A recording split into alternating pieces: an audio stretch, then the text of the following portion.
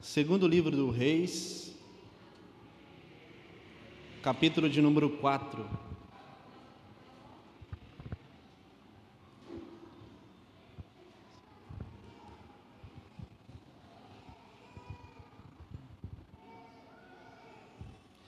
Feliz poder estar aqui, poder rever os irmãos, de poder celebrar o Senhor, a palavra do Senhor, poder falar um pouco sobre as Escrituras, de poder meditar, de poder pensar, de poder refletir, na certeza de que o Senhor tem uma palavra ainda nessa noite para os nossos corações, amém? Então nós estamos aqui nessa expectativa de que Deus falará aos nossos corações, uma palavra que nos ajudará no dia a dia, uma palavra que poderá edificar as nossas vidas, abençoar as nossas vidas. Então que você fique firme aí, amém? Não deixa ninguém te distrair, nada te distrair. Parece que a gente está meio afobado, não sei, por causa do calor. Eu pelo menos não estou com calor, né? Eu estou até de blazer. Tirei o blazer do armário, porque para me sentir calor tem que estar 45 graus a média para me sentir calor. Né? Mas não está tão calor assim também, a ponto a gente está tão disperso. Tem um ditado que diz assim: como é que a gente segura um prato de leite? Como é que você segura um prato de leite? Como é que a gente segura um prato de leite? Sabe como a gente segura um prato de leite? Não são com as mãos, são com os olhos. Tira os olhos do prato do leite, meu irmão, você vai derramar tudo. Então essa é uma ilustração para dizer o seguinte: não tire os olhos daqui, olhe para cá. Eu não sou tão belo assim, né, para ser apreciado, mas olhe para cá e vamos passar um tempo aqui junto. Sabe, a palavra de Deus falar ao nosso coração de maneira especial, de modo não deixar o leite derramar. Então, mas a gente vai segurar com os olhos, amém? E não deixar que nada e ninguém roube de nós a palavra que Deus tem aos nossos corações. Inclusive eu quero convidar você, antes de nós lermos esse texto, de você orar comigo. Ore por mim, ore por aqueles que estão aqui. Eu sei que vocês fazem isso todas as vezes, mas hoje mais do que nunca, desesperadamente, ore pela minha vida. Senhor, abençoe o ministrante, abençoe o pregador da noite, que o Senhor, através da vida dele, possa falar ao meu coração. Então ore para que Deus me capacite, para que Deus me dê atenção, para que nada também roube de mim a minha atenção aqui, aquilo que Deus colocou no meu coração. Quero que você ore pela minha vida, ore por essa reunião que está acontecendo aqui agora, ore pela palavra do Senhor. Diga sim para o Senhor: Senhor, que a Tua palavra tenha um centro no nosso meio, que ela possa falar ao meu coração. Essa palavra tem um endereço no coração aqui hoje, porque eu estou percebendo que alguma coisa está querendo desviar a nossa atenção. Porque se alguma coisa está querendo desviar a nossa atenção, é porque uma coisa muito boa o Senhor quer fazer no nosso meio. O Senhor muito quer falar aos nossos corações, e às vezes nós nos distraímos. Então eu quero que você possa curvar a sua cabeça aqui junto com a minha, e a gente vai orar para dizer: Senhor, que a Tua palavra tenha direção, que a Tua palavra tenha livre curso, que ela não volte vazia, mas que ela faça o que lhe apraz. Vamos orar? Inclusive esse microfone, eu estou sentindo assim um zunido. Se puder me ajudar aí, senão vou me adequando aqui. Curva a sua cabeça, se você pode. Pai, em nome de Jesus, nós oramos nesse momento, Senhor. Pedimos a Tua graça, pedimos o Teu amor, Senhor, o Teu cuidado para conosco. Fala o coração dos Teus filhos, ó Pai. Que essa palavra não volte vazia. Que o Senhor possa me usar aqui nessa noite, ó Pai.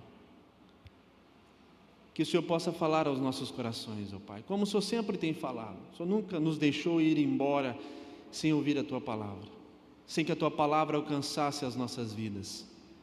Que o Teu Evangelho e a Tua palavra tenham centro nessa noite aqui.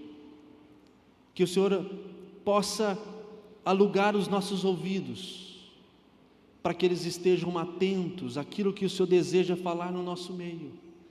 aquilo que o Senhor deseja falar aos corações. Eu sei que essa palavra tem um endereço, Senhor, e são os nossos corações nessa noite.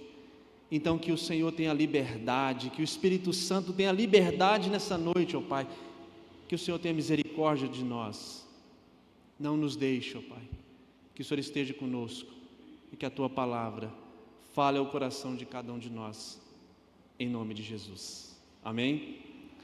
2 Reis capítulo 4, a partir do versículo 1, trata sobre Eliseu ajuda uma viúva pobre, é o título desse texto. Eliseu ajuda uma viúva pobre. Diz o texto, e a mesma versão minha, a mesma versão que está na tela, para a gente não perder nada, nenhum detalhe. Mas diz assim as Escrituras: certo dia, a viúva de um dos membros do grupo de profetas foi pedir ajuda a Eliseu. Meu marido, que eu servia, morreu, e o Senhor sabe como ele temia o Senhor. Agora veio um credor que ameaça levar meus 2 filhos como escravos. O que posso fazer para te ajudá-la? Perguntou Eliseu. Diga-me o que você tem em casa. Não tenho nada, exceto uma vasilha de azeite, respondeu ela. Então Eliseu disse: tome emprestadas muitas vasilhas de seus amigos e vizinhos, quantas conseguir. Depois entre em casa com seus filhos, feche a porta, derrame nas vasilhas o azeite que você tem e separe-as quando estiverem cheias.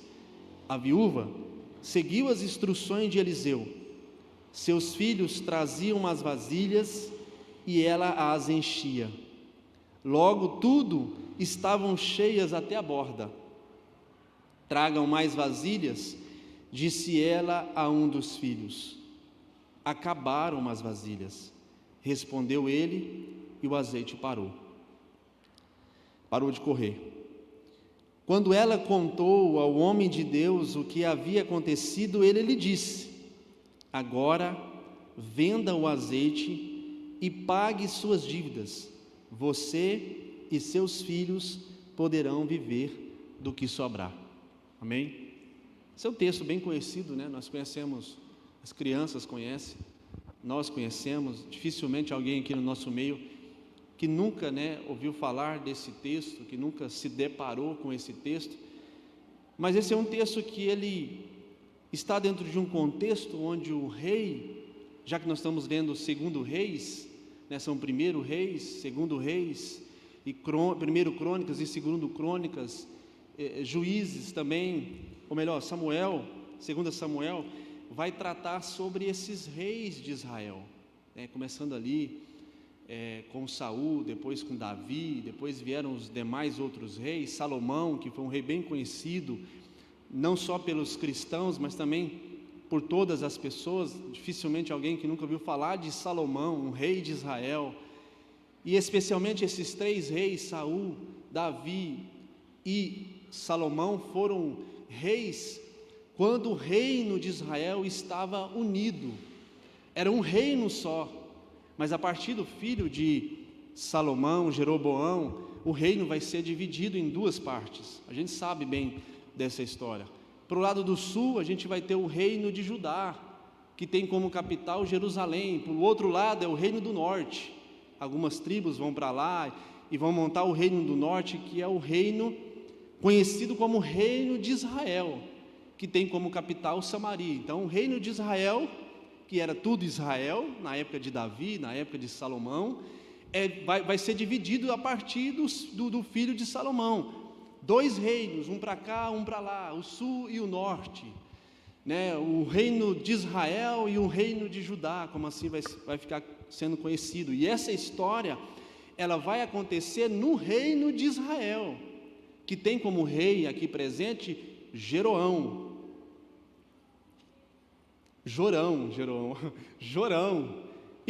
E quem é Jorão? Jorão é o filho de Acabe com Jezabel. Essa também você conhece. Nós conhecemos a história de Acabe, nós conhecemos a história de Jezabel, né? Especialmente de Jezabel, que foi uma mulher idólatra, perversa, que deturpou o culto no meio da nação de Israel, que trouxe a idolatria, que trouxe os profetas de Baal. Nós conhecemos toda essa história. E Acabe vai na onda dessa mulher e é também deturpada por ela e se torna um rei mau. Aliás, uma curiosidade: todos os reis do reino do norte, que é o reino de Israel, foram maus, não salvou um sequer. No reino do sul, no reino de Judá, enquanto levantava um rei bom lá em Goiás, mas bom aqui para nós, um rei mau, um rei bom, um rei mau, um rei bom, e assim o reino do sul teve ali uma mescla de reis bons e reis maus. Mas no reino do norte, que é o reino de Israel, que tinha como capital Samaria, nenhum sequer se salvou.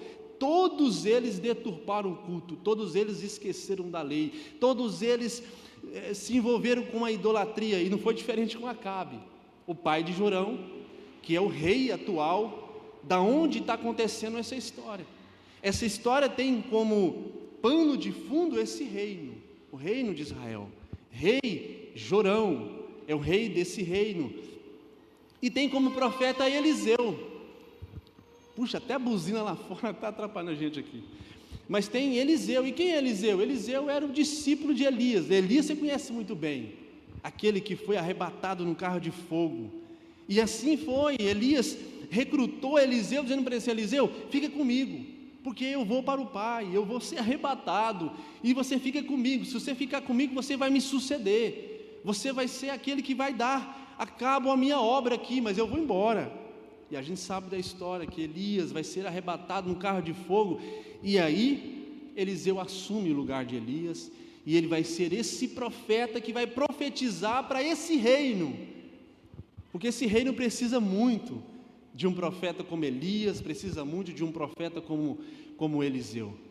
E a história vai dizer o seguinte, que havia uma mulher viúva, que acabara de perder o seu marido, e mais, o marido morre e deixa dívida. Essa vai ser a minha história quando eu morrer, irmãos. Quando eu morrer, a Ratega vai poder dizer: sou uma viúva e o marido deixou dívida. Olha que coisa, irmão. Então eu não posso morrer agora. Vocês orem por mim desesperadamente. Eu não posso morrer nessa atual circunstância, porque senão a minha esposa vai ser uma viúva com um marido que deixou dívidas. E é o caso aqui. Esse camarada morre, essa mulher tem 2 filhos, e o marido ainda deixou uma dívida.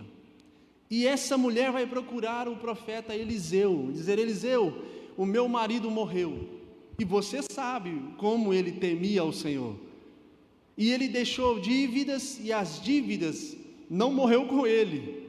Então dívida não morre, irmão, com um camarada, ela continua. E aí, sabe o que aconteceu? Vieram os credores, foram e bateram na porta, e disseram: a gente quer receber a dívida. Mas eu não tenho com que pagar. Não, seus filhos servem, eles trabalham como escravos para pagar a dívida do pai falecido.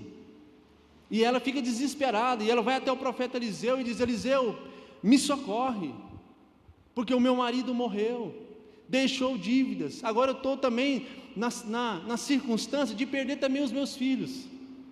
E um historiador muito conhecido nosso, né, inclusive o Diego deve ter na sua estante, um livro desse historiador, que eu vou dizer o nome dele agora, deve estar lá assim, destacado na estante, porque é um livro bem grosso, né, Diego, que é a História dos Hebreus. Tem lá a História dos Hebreus?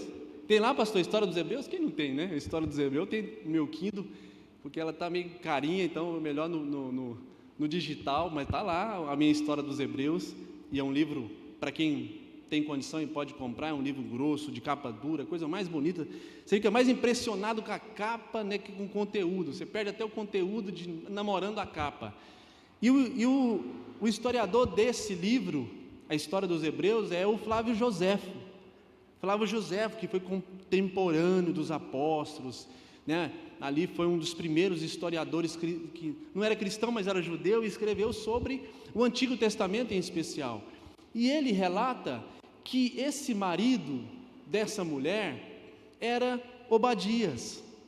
E quem foi Obadias? Né, segundo o que diz o Flávio Joséfo, essa mulher é viúva de Obadias. E quem foi Obadias? Obadias era mordomo do pai de Jorão.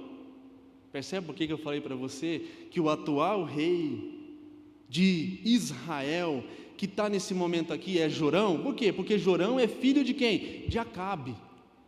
E Obadias era mordomo de Acabe. E olha só o que acontece. Aí o texto bíblico vai revelar para nós: se esse homem que morre e deixa dívidas era Obadias, então o texto bíblico vai nos explicar por que dessa dívida. Por que agora essa família está endividada? Por quê? Porque Obadias, sendo mordomo do rei Acabe, servindo no palácio Acabe e Jezabel, uma certa vez ele ouviu uma história, uma conversa de Jezabel, e Jezabel disse assim: eu vou matar todos os profetas do Senhor. E ali o homem servindo, servindo como mordomo na casa, no reino, Acabe e Jezabel, ele ouve essa história. Puxa vida, Jezabel quer matar todos os profetas. O que ele faz?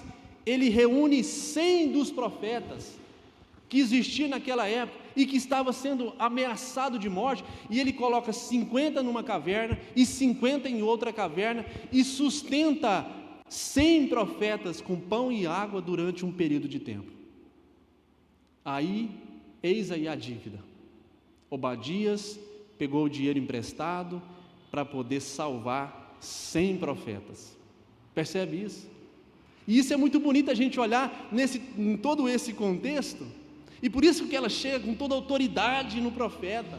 Por isso que ela chega diante de Eliseu e diz assim: Eliseu, tu sabes o quanto o meu marido temia o Senhor. Então essa dívida aqui não é uma dívida de irresponsabilidade para reformar a casa, para reformar, para comprar um carro novo, para comprar um apartamento, ou muitas das nossas dívidas, que muitas delas das quais a gente adquire que nem precisa para comprar tênis, sapato.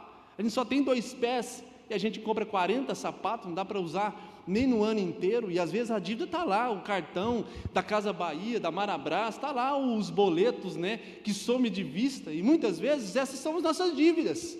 E se muitos de nós morrermos hoje, por exemplo, vai ficar dívida aí para trás.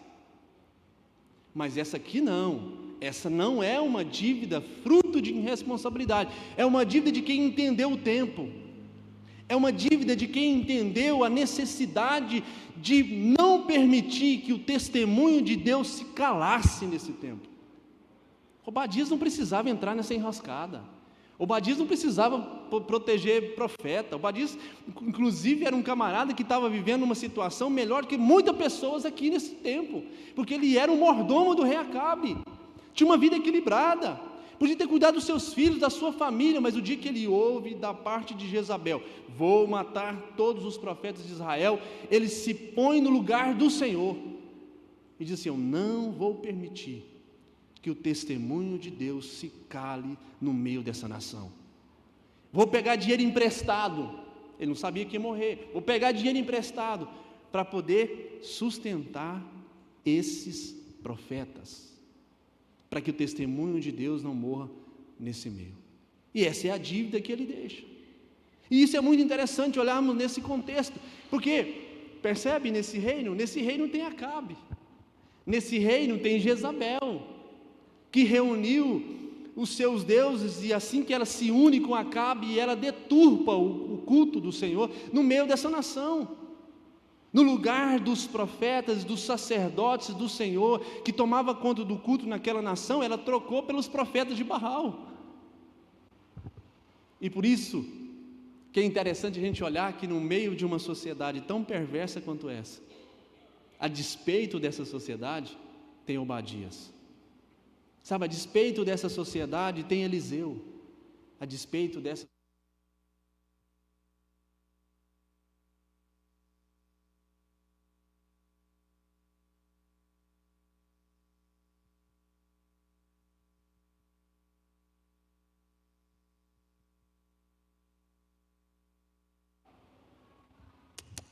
Som.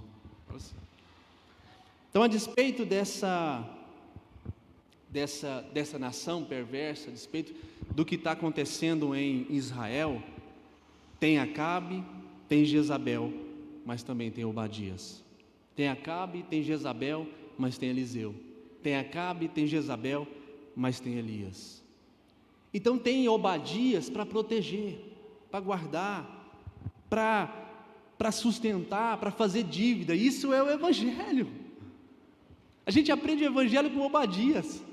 Sabe por que a gente aprende com o Evangelho? Porque enquanto nesse dado momento tem muita gente ganhando dinheiro com o Evangelho, vendendo o Evangelho, se lucrando com o Evangelho, se dando bem com o Evangelho, mas a gente aprende com Obadias que não, que o Evangelho é lugar de perder dinheiro, é lugar de sacrifício, de fazer dívida, para que o testemunho de Deus não morra. Aqueles que entenderam e realmente compreenderam o que significa verdadeiramente o Evangelho, entendeu isso, e a gente aprende com Obadias. Às vezes é preciso contrair uma dívida, para permitir que o Evangelho tenha livre curso, que o Evangelho não morra. Isso é interessante a gente olhar, mas não só Obadias, aqui não tem só Obadias, tem gente anônima, que a gente não sabe o nome, que a gente não conhece. Tem aqui os personagens, Jorão, Acabe, Jezabel, tem aqui os personagens Eliseu, tem aqui os personagens Elias, mas também tem aqueles que nem sequer nós sabemos o nome, que foram tão importantes quanto Eliseu, quanto Elias e quanto Obadias. Tem aqueles que a história não registrou o nome deles, mas foram tão importantes quanto. E isso é interessante, sabe por quê? Porque quando a gente conhece a vida de Elias, voltando um pouco mais para trás, sobre a história de Elias, Elias vai fazer um desafio, e vai desafiar os profetas de Baal, porque ele sabe que desafiando os profetas de Baal, ele está desafiando Jezabel, e ele vai dizer o seguinte: vocês que são profetas de Baal, vamos mostrar aqui quem é o Deus verdadeiro. Ele vai fazer um desafio lá no Monte Carmelo, que você conhece a história, e ele faz o desafio, e depois do desafio em que ele mostra que o Senhor dos Exércitos é o Deus verdadeiro, ele mata todos os 450 profetas de Baal. E aí, alguém traz uma notícia para ele, sempre tem um mensageiro, né? Aí o mensageiro chega e fala assim: Elias, você matou os 450 profetas de Baal, certo? Matei. Jezabel está furiosa. E aí, ele vai dizer o seguinte, e mandou um recado: ela vai te matar assim como você matou os profetas. Agora um camarada que não teve medo de 450 profetas, agora vai fugir dessa mulher. E ele foge, e ele foge, e ele corre, e vai parar numa caverna. Quando ele chega numa caverna, um Senhor aparece para ele e fala assim: Elias, o que você está fazendo aí, homem? Ele diz: Senhor, eu estou escondendo, Jezabel quer me matar. O cara não tem medo de 450, um exército está com medo de uma mulher. Essa mulher é terrível, hein? Pensa, às vezes somos nós, maridos, né? Não temos medo de nada, né? Enfrentamos leões e mais leões, mas as nossas mulheres, pode ser que muitas vezes a gente corre para o buraco e fala: Senhor, eu estou com medo da minha mulher. Às vezes esse é o problema, né? Não era o caso de Eliseu, que não era a mulher dele, mas a mulher era terrível. E aí o Senhor aparece para ele e fala: Elias, o que você está fazendo aí, homem? Estou com medo de Jezabel. Ele vai dizer assim: não, eu tenho muita coisa para fazer através da sua vida, você tem muita coisa para fazer. E ele vai dizer: Senhor, mas como? Sobrou só eu. Sentimento de Elias: sobrou só eu, Senhor, todos os profetas morreram, sobrou só eu, sou um solito na vida. O Senhor vai dizer para ele: não, eu guardei 7.000 profetas, eu tenho 7.000 testemunhos nesse tempo, 7.000 que não se dobraram diante de Baal. Ele vai dizer essa frase, ele vai dizer isso para Elias. Sabe o que significa isso? Que Obadias protegeu 100 profetas. Mas e os outros? E os outros que fazem? 100 dos 7.000. E quem foram os outros que protegeram os outros? Muitos outros Obadias que Deus naquele tempo abençoou, para que pudesse abençoar e guardar o testemunho de Deus naquele tempo. Percebe isso? Importância? E aí essa mulher chega diante de Eliseu, vai dizer: Eliseu, me ajuda, e agora? E sabe por que Eliseu vai atender essa mulher? Sabe por que Eliseu vai ajudar essa mulher? Porque a dívida que essa mulher agora tem que pagar não é dela, e nem era de Obadias, e nem era dos seus filhos, porque a dívida que essa mulher e que esses credores estavam reclamando não era de Obadias, não era dessa mulher, não eram dos seus filhos, essa dívida era do Senhor. Porque Obadias pegou um dinheiro emprestado para sustentar o testemunho de Deus naquele tempo. E muito rápido Eliseu entendeu: essa dívida não é sua, essa dívida é do Senhor. E ele vai dizer: o que eu posso te fazer? Como eu posso te ajudar? O que você tem em casa? Ela vai dizer assim: eu não tenho nada, a não ser uma vasilha de azeite. Sabe, na perspectiva dela, o nada que ela tinha era tudo que Deus precisava.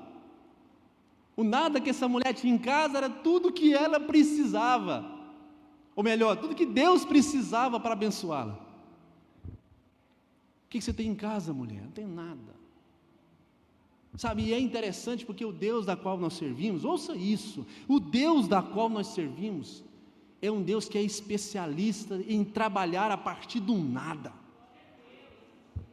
Quanto mais no pó você está, quanto mais a sua vida está desgraçada, quanto menos você tem, quanto menos recurso em você, é que Deus gosta de trabalhar a partir do nada. Sabe, não precisa de muita coisa. A gente lembra da história de Marta e Maria. Lembra da história de Marta e Maria? Você conhece de cor. Marta fazendo um monte de coisa e preparando um monte de coisa para poder agradar Jesus, e o Senhor vai dizer: Marta, Marta, pelo amor de Deus, para que eu estou agoniado de te ver aí, para lá e para cá. E ele vai dizer: pouca coisa é necessário, Marta, e Maria escolheu essa parte.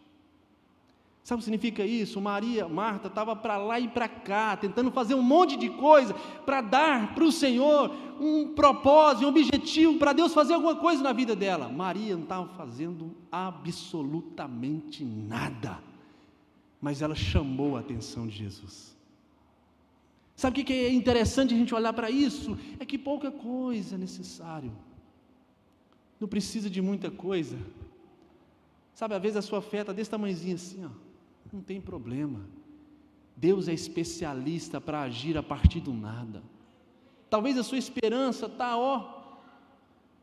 fraca, quase que nada, como essa botija de azeite. Talvez a sua dificuldade, talvez você está como essa mulher, olhando para todos os lados, não consegue ver recurso, e você olha e fala: Senhor, não tem nada para te oferecer. Senhor, então agora é minha hora de agir. O Senhor gosta de agir justamente nessa hora, que não tem nada. Sabe para quê? Para que você não bata no peito e diz assim: Deus fez por causa de mim.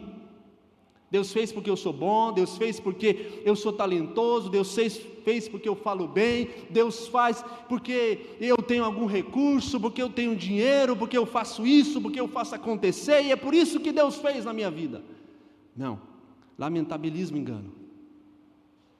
Deus vai fazer na sua vida, mas a partir do momento que você chegar diante dele e falar assim: eu não sou nada, e não tenho nada para te oferecer, essa é a hora que Deus vai mostrar que Ele é Deus, e você vai bater no peito e dizer assim: Deus fez, mas por causa dEle, por causa da tua obra, por causa da tua graça, e por causa do teu amor. E essa mulher vai dizer: não tenho nada, a não ser uma botija de azeite. Aí Elias entendeu: bom, é isso que eu preciso. E ele vai dizer para ela: então, vai para a vizinhança, nos seus amigos, nos seus vizinhos, e você vai pegar vasilhas, ou vasos, conforme algumas traduções, e não poucas, várias vasilhas, o que você conseguir. Vai você e os seus 2 filhos, e batem de porta em porta, e falam assim: eu preciso de um vaso, eu quero um vaso, eu preciso de uma vasilha, e você vai juntar todas as vasilhas que você conseguir juntar. Pega essas vasilhas, entra para a sua casa, você e seus filhos, fecha a porta, é importante fechar a porta. Agora é só você e seus filhos e os vasos. Pega aquela botija de azeite que você disse que não era nada, e você vai lançar essa botija dentro das vasilhas vazias. E aí a sincronia que é bonita, né? Que é um filho que traz um vaso ou uma vasilha, e a mãe que lança o azeite. O vaso enche, o filho sai de cena, entra outro filho com uma vazia, e a mãe vai enchendo, e assim, um ciclo que não para, e só parou quando acabaram os vasos, mas a sincronia continuou. E quando isso aconteceu, ela chegou diante do profeta e falou: Eliseu, deu certo, todos os vasos estão cheios. Olha que maravilha, irmão, você começa a imaginar a cena. Para quem não tinha nada, agora tem uma casa esparramada, é vasilha de azeite debaixo da mesa, é vasilha de azeite em cima do sofá, em cima da mesa, em cima da estante, coberto no chão, é vasilha de azeite para todo lado nessa casa. E ela vai chegar diante de Eliseu, vai dizer: Eliseu, a minha casa está cheia de azeite. E ele vai dizer para ela: então foi o seguinte, você vai reunir os azeites, vai vender, vai pagar a sua dívida e vai viver do resto. Essa é a história. E aí eu quero pensar alguns pontos aqui com vocês, em pouco tempo. E o primeiro ponto que eu quero pensar com vocês é que essa mulher, quando os credores chegam diante dela e clamam pela dívida e diz para ela que os seus filhos precisam ser levados em troca dessa dívida, e quando ela se depara com um problema, quando ela se depara com uma dificuldade que ela está enfrentando, ela procura o profeta Eliseu. Esse é o primeiro ponto que eu quero pensar com você. Procurar o profeta Eliseu é procurar Jesus. Você pode repetir? Não precisa virar para o seu irmão, só repete. Procurar o profeta Eliseu significa procurar Jesus. E essa é uma coisa muito interessante que a gente precisa debruçar, pensar sobre isso. Porque a chave hermenêutica da interpretação do Antigo Testamento é Jesus Cristo. Se você tirar Jesus do Antigo Testamento, a gente vai criar talibãs evangélicos. Vamos criar um grupo extremista. E olha que tem, viu? Só não chama Talibã, mas tem muitos grupos extremistas no Brasil na atualidade. Então, tira o Jesus do Antigo Testamento. E por que eu estou dizendo isso? Porque se a gente interpretar esse texto de maneira literária, vai nos dar um ensinamento que a gente precisa sair daqui desesperadamente e ir atrás de um profeta. Desesperadamente ir atrás de alguém que tem uma palavra e esse alguém direcionar a sua vida. Vai te dar um álibi para que você precisa de um intermediário.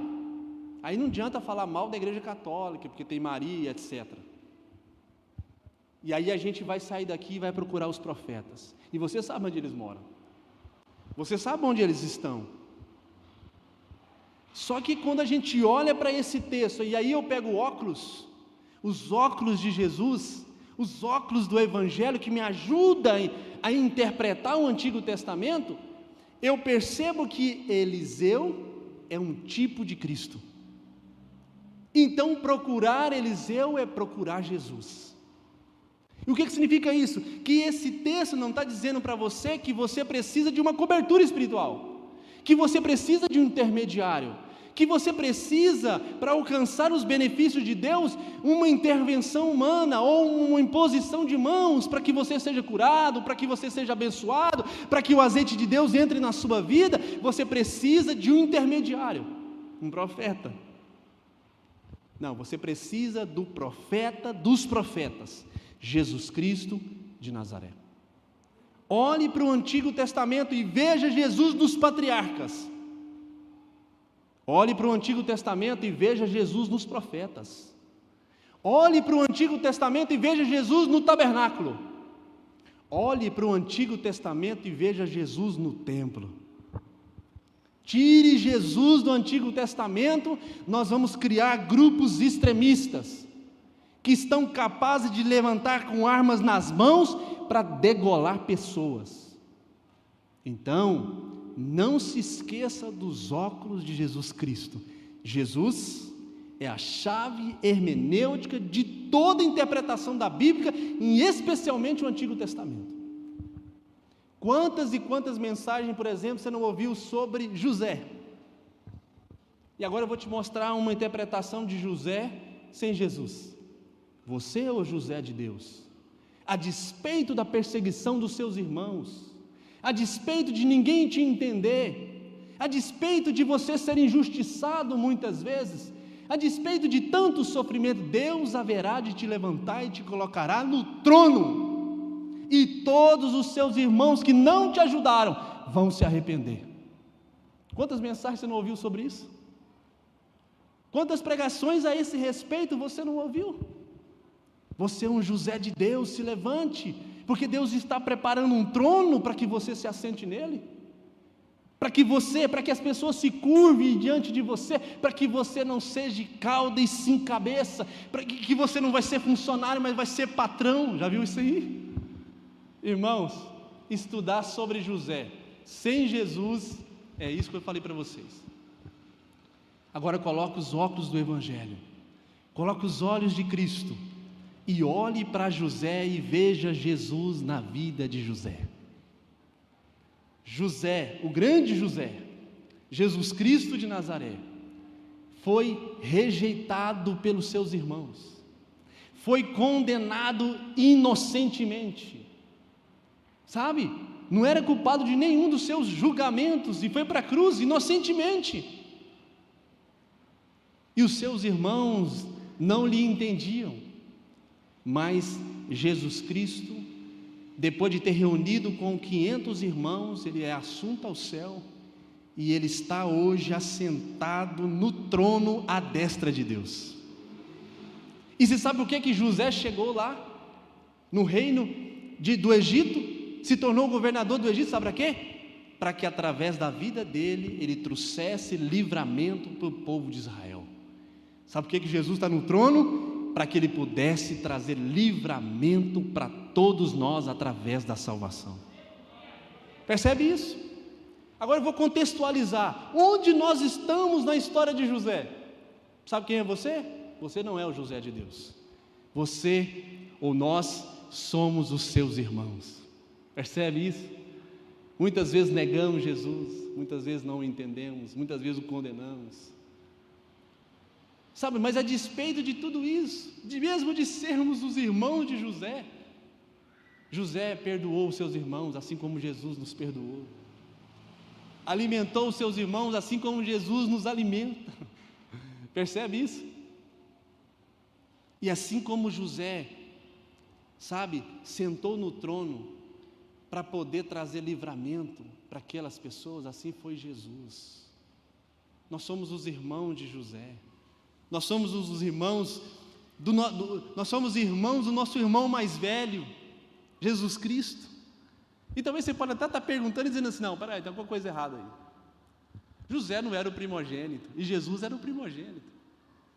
José não era primogênito dentre todos os irmãos, mas era o primogênito entre Jacó e Raquel.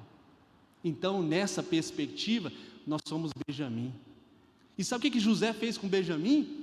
Quando ali José está sentado no trono, agora ele é o governador, a segunda pessoa do Egito, e quando ele vê Benjamim, ele chora compulsivamente, porque é o seu irmão mais novo, porque ele viu em Benjamim, ele me viu, ele viu você. Isso é Jesus. Quando chega em Jerusalém, por exemplo, e ele vê toda aquela desgraça, tudo que vai acontecer em Jerusalém, ele diz: meu Deus, e ele chora diante de toda aquela mazela e toda aquela desgraça que vai acontecer futuramente. E José chora compulsivamente. E José, ele vai para uma parte, chama algumas pessoas, alguns servos, e diz assim: pega esse menino, bota no canto da mesa e dá porção dobrada para ele. Eu quero um banquete para esse menino. Isso é bonito de se ver, você sabe por quê? Porque se José é o nosso Cristo, e se nós somos o Benjamim, os seus irmãos mais novos, e o nosso irmão mais velho está servindo para nós um banquete. Enquanto nesse tempo existem milhares de pessoas que estão vivendo a miséria espiritual, nós temos a oportunidade de poder sentar na mesa e ser servido pelo nosso irmão mais velho, e estar vivendo uma abundância espiritual.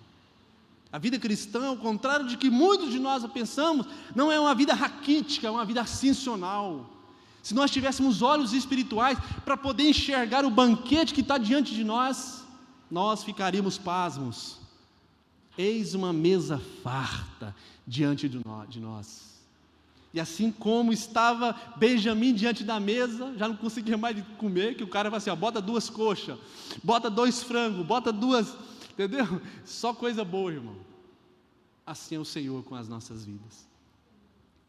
Sabe, isso é interessante. Então, ir ao encontro de Eliseu, não se esqueça isso. ir ao encontro de Jesus. Sabe o que significa isso para as nossas vidas, para a nossa contextualização? Eis que existe uma avenida asfaltada e sem pedágio que nos conduz ao Senhor. Pode colocar aqui para mim, aqui, por gentileza, Hebreus capítulo 16, versículo 4. Hebreus capítulo 4, versículo 16.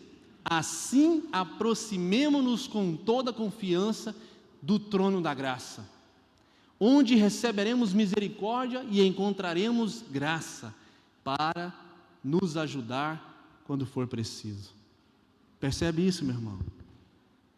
Olhar para esse texto e entender que para que você se achegue diante de Deus, para apresentar as suas mazelas e as suas dificuldades, não há necessidade de uma interferência de um profeta, não há a necessidade de uma intermediação de um apóstolo, não há necessidade de uma imposição de mãos, não há a necessidade de uma cobertura espiritual, mas sim o caminho está livre. Você tem autonomia, meu irmão, de chegar diante de Deus e dizer: Senhor, eis aqui o meu problema, e ter a experiência de poder diante do Senhor, diante do trono, onde o Senhor está sentado, e dizer: Senhor, eu cheguei. A Bíblia diz que quando Jesus estava na cruz do Calvário e que ele clamou: está consumado, diz a Bíblia que o véu rasgou de alto a baixo. Não foi de baixo a alto, de alto a baixo, deixou bem claro o texto. E alguém pensa assim: é um véu, esse véu é um vento. Não, era um véu composto de vários véus, eram vários véus que compunham uma cortina.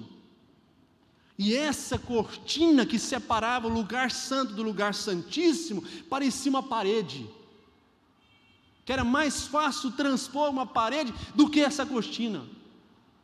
E o véu foi rasgado de alto a baixo, dizendo assim: eis o caminho livre. Não precisa mais de sacerdotes para apresentar os seus pecados, as suas dificuldades, aquilo que você precisa diante do Senhor. Você não precisa mais da intermediação. Quando o sumo sacerdote passava por essa cortina, ele passava com a corda amarrada na cintura, porque se ele morresse lá dentro, não tem nenhum evento nesse contexto, porque é interessante que o texto vai falar sobre isso, mas nós não temos nenhum evento bíblico que fala que um sumo sacerdote morreu lá no Santo dos Santos. Mas a Bíblia diz que amarrava uma corda na cintura do sumo sacerdote, a ponta da corda ficava do outro lado da cortina, e ele entrava para oferecer a expiação do pecado do povo que estava lá fora no pátio, que nem sequer poderia entrar. E o povo na expectativa, pensando assim: meu Deus, se esse cara está em pecado, nós todos estamos perdidos. E se ele morre, puxa pela corda, que não pode nem entrar para tirar. Mas graças ao Senhor, irmão, que não tem mais corda, que não tem mais sumo sacerdote, que não tem mais véu, que não tem mais cortina que separa-nos do Senhor. O caminho agora está livre, e você tem a oportunidade de poder comungar com esse Deus diretamente. Você pode entrar na sala do trono e dizer: Senhor, eu cheguei, eis-me aqui. Nenhum sequer ser humano poderia chegar diante de um rei. A gente vê isso muito claramente quando a gente estuda sobre Esther. Esther ou Ruth? Esther, né? Me ajuda aí. Esther. Quando Esther, por exemplo, quer apresentar diante do rei, ela fica toda temerosa. E se eu apresentar diante dele sem ser convidado, ele vai me matar. Mas ela era tão bonita e tão bela que o rei ficou bobo e aceitou. Mas nenhum sequer apresentava diante do rei sem ser convidado, senão morria, e seria julgado à morte. Ninguém. Mas graças ao Senhor Jesus, graças ao Senhor Jesus pela tua obra na cruz, hoje nós podemos chegar diante do Senhor, no trono da graça, sem sermos chamados, sem atrapalharmos o Senhor, sem sermos inconvenientes. Nós podemos chegar como o filho que chega, que senta no colo do pai, que beija e que abraça. Não é assim que acontece com os filhos? Os filhos pintam e bordam, né? Quem é pai sabe disso. Os pais que não são pais, os maridos que não são pais ainda, eles ficam naquela: eu sou durão, o menino vai chegar e ficar melando, o menino tem que estar distante. mas quando os filhos nascem, começa a pular, aí o filho chega todo sujo, de chocolate, de terra, e pula no colo do pai, e beija o pai, e abraça o pai, e o pai fica todo babão. Porque tem liberdade, e a gente tem liberdade de poder chegar diante do Senhor. Então procurar Eliseu, procurar Jesus. Coloca os óculos do Evangelho e os óculos de Cristo, para poder interpretar o Antigo Testamento. O outro ponto são as vasilhas. O milagre de Deus foi possível na vida dessa mulher, porque tinha alguém que estava disposto a emprestar uma vasilha para ela, e ela sai na vizinhança buscando vasilhas. Será que nós seríamos atendidos hoje, se a gente fosse buscar alguma coisa emprestada na casa dos nossos vizinhos? Será que a gente seria recebido? Será que as pessoas iriam confiar em nós uma vasilha? Será que as pessoas iriam confiar alguma coisa, sendo os nossos vizinhos? Sabe, aquele vizinho que fica gritando o tempo inteiro, aquele vizinho que fica, entendeu? Às vezes é assim que a gente somos vistos na nossa vizinhança. Aquele maluco, aquele cara doido, aquela mulher maluca que só sabe gritar, e assim, às vezes nós somos assim, irmão. Quem mora em apartamento aí sabe, e é mais difícil esconder, viu, Felipe? Esconder quem somos nos apartamentos aí é mais complicado, porque aí o cara está socando a vassoura lá, e está ligando no interfone, e aí é mais difícil ser crente nos apartamentos aí. Mas será que nós seríamos atendidos? Mas o conselho do Eliseu é esse, você vá até a vizinhança, e busque vasilhas, e não poucas, para que o milagre de Deus aconteça na sua vida. E essa é uma coisa muito interessante, porque ele não manda ir lá pedir vasilha. Às vezes a gente pensa assim, por que não foi lá e pedir? Uma viúva, pobre, vai chegar, só viúva pobre bate na minha porta e falar assim, me dá um prato? E eu não vou falar, não, depois você me devolve. Não, eu falo, leva embora esse prato, é seu. Não é assim? Não, pede emprestado. E por que tem que ser pedir emprestado? Porque tem que ser assim, porque isso aqui é instrutivo. Porque quando você empresta, você quer o retorno, você quer o prato de volta. Quer ou não quer? A gente quer o prato de volta, a gente quer a vasilha de volta. E o que significa isso? Buscar vasilhas emprestadas na vizinhança, nos amigos, nos vizinhos. E o milagre de Deus só foi possível na vida dessa mulher, porque esses vizinhos generosos estavam dispostos a oferecer ou a emprestar as suas vasilhas, para que o milagre de Deus acontecesse na vida dela. Porque é assim que acontece com cada um de nós. Você não quer que o milagre de Deus aconteça na vida do seu irmão? Então você vai emprestar a sua vasilha. E a gente vai emprestando vasilhas, porque a gente quer que o milagre de Deus aconteça na vida do nosso irmão. Só que tem que ser emprestado. Você sabe por que tem que ser emprestado? Porque a vida é um ciclo. Só não entende isso os jovens, que os jovens acham que é tudo à la vontade, que nada vai acontecer comigo. A Brenda está me olhando. Nada vai acontecer comigo, a minha vida vai ser maravilhosa. Vou casar com um príncipe encantado. Olha aqui para papai. Vou casar com um príncipe encantado e vai ser tudo maravilhoso. Cabeça de jovem e adolescente. A vida é um ciclo. E você sabe por que tem que ser emprestado? Porque a vida é um ciclo. Hoje você é o vizinho. Hoje você é o amigo. Tem condições de poder emprestar as suas orações, emprestar o seu ombro amigo, o seu tempo, o seu dinheiro, tudo isso para ver o seu irmão bem, tudo isso para ver Deus trabalhando na vida do irmão. Hoje nós somos o vizinho, aleluia. Se você é o vizinho, irmão, glorifica a Deus, louve ao Senhor. Eu sou o vizinho e o amigo da viúva.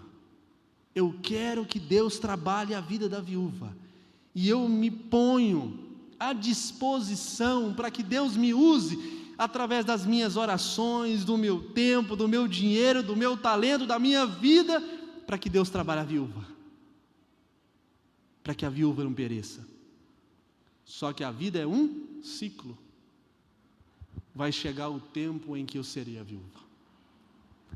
E aí no tempo que eu sou a viúva, aí eu vou carecer do empréstimo dos irmãos. Olha que coisa maravilhosa. E vai ser assim, irmão. Isso acontece comigo, isso acontece com você. Experiência própria. E penso que sou, vizinho na vida de muitos de vocês. Eu acredito, viu, Dila, que a minha vida tem sido emprestada para alguns irmãos aqui, que estão passando um momento de viúva, que pude colaborar, que pude ajudar, a minha família e eu podemos ajudar de alguma forma, ser útil na vida de alguns irmãos que estão aqui, porque tiveram um momento de viúva, mas houve também o nosso tempo de viúva. E sabe o que aconteceu no meu tempo de viúva? Eu tive a oportunidade e o privilégio de contar com o empréstimo dos irmãos, sabe, de chegar em um e outro e falar: irmão, ora por mim, irmão, ora pela Brenda, ore pela Teca, ore para minha família, estou passando um momento de viúva, e eu sei que muitos dos irmãos emprestaram os seus joelhos, dobraram os seus joelhos, talvez não tiveram condição de enfiar a mão no bolso, ou de dar o ombro amigo, ou de estar presente, ou às vezes de poder servir com alguma coisa, mas dobraram os joelhos. São as vasilhas que esses irmãos me ofereceram no meu momento de viúva. E a vida é assim, meu irmão. Um dia você é o vizinho, no outro você é a viúva. Um dia você é a viúva, no outro você é o vizinho.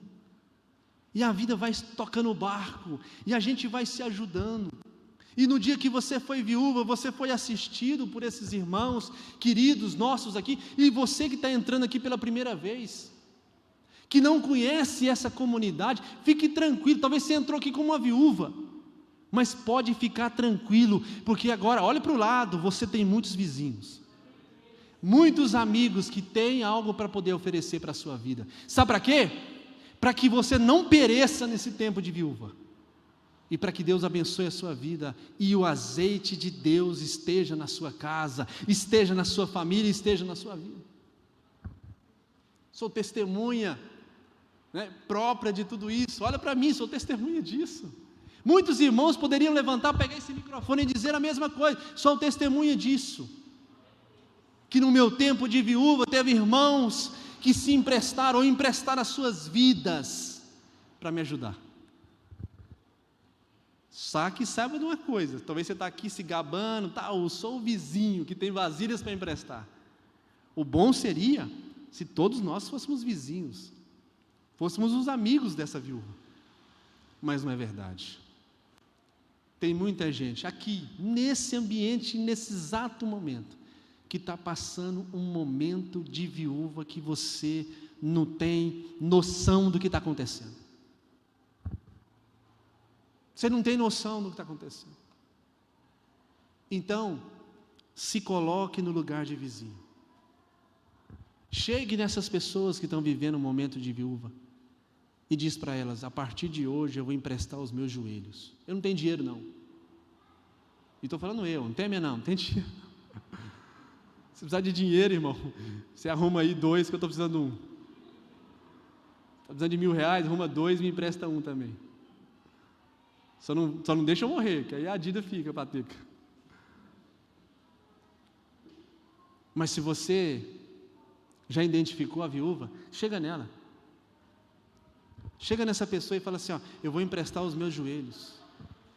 E todas as vezes em que eu dobrar os meus joelhos, é que a gente faz isso, né? A gente já está tão fora da religiosidade que a gente até tem gente que já ora em pé e de joelho, ora em pé e sentado para não orar de joelho. Mas a gente pode também orar de joelho, não tem problema, irmão. Não importa a forma. O importante é o coração. Então você fala para essa viúva assim: você conhece uma viúva? Está aqui? Ou não está aqui? Você conhece? Manda um WhatsApp para ela. Para ela no sentido de pessoa, né? Porque viúva pode ser um viúvo.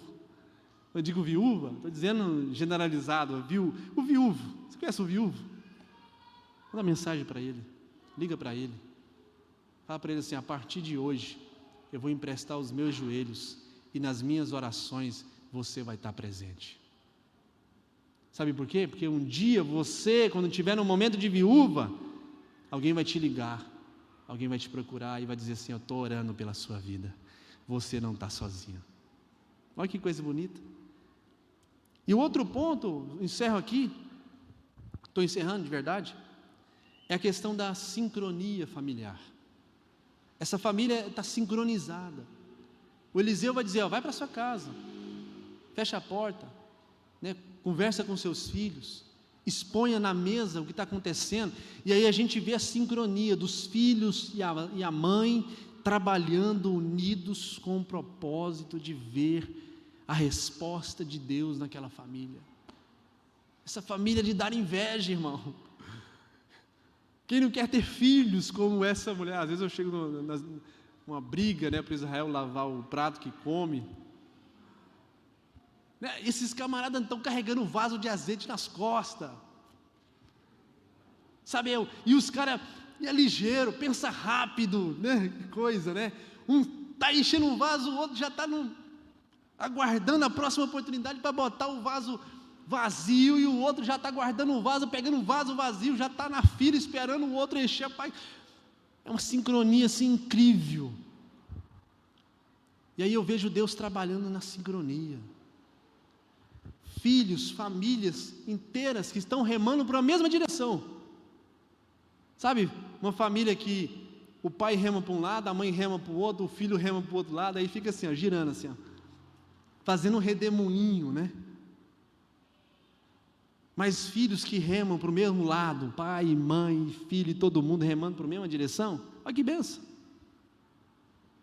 Então isso é interessante a gente olhar para essa família aqui e falar assim: Senhor, a partir de hoje os meus filhos e minha família vai ser assim.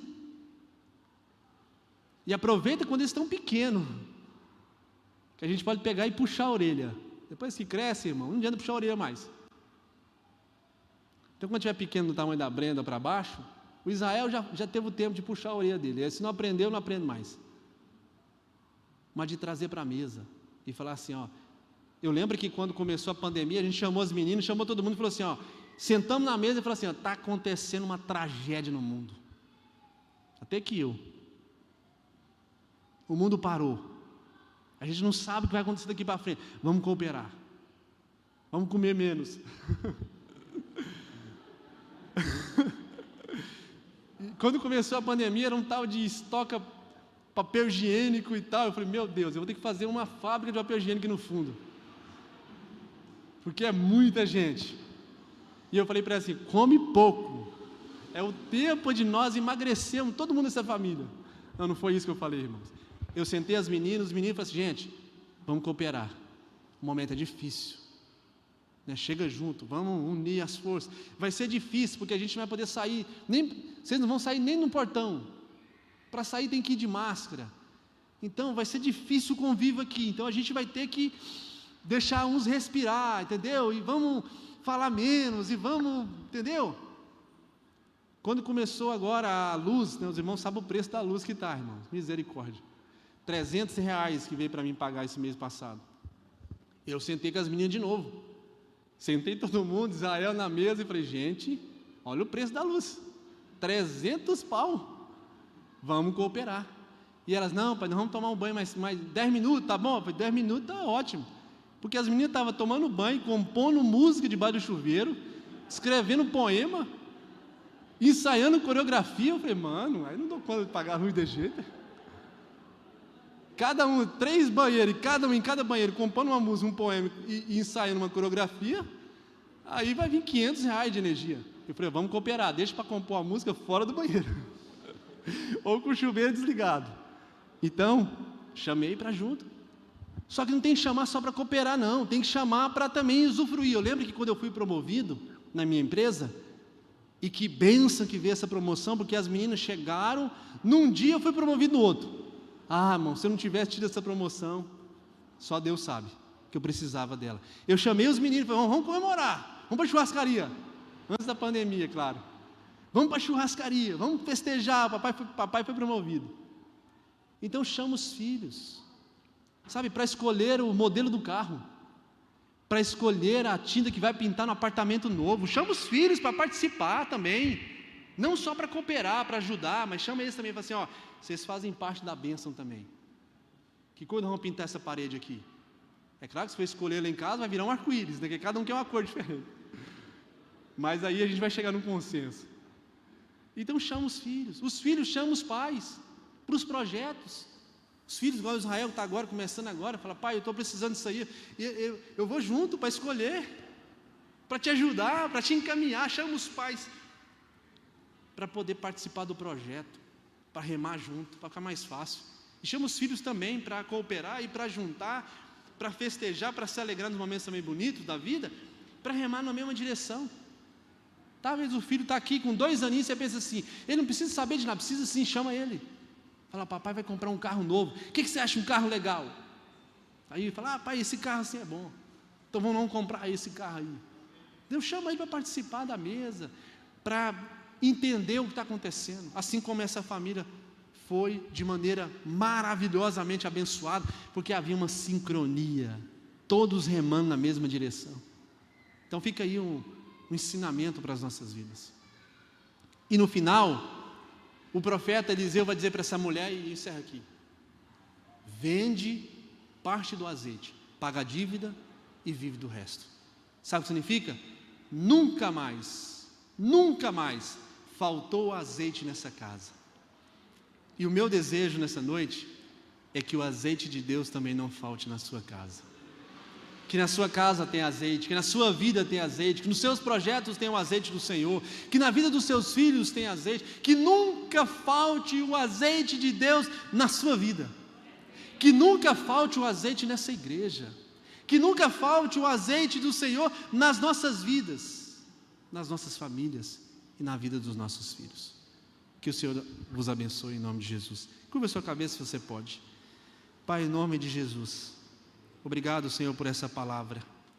Obrigado por estarmos aqui nesse ambiente, ouvindo essa viúva, ouvindo Eliseu, seus filhos, ouvindo essa história. Que essa história venha falar aos nossos corações continuadamente, todos os dias, ela continue falando aos nossos corações. Tudo aquilo que compartilhamos nessa noite, fique gravado em nossos corações.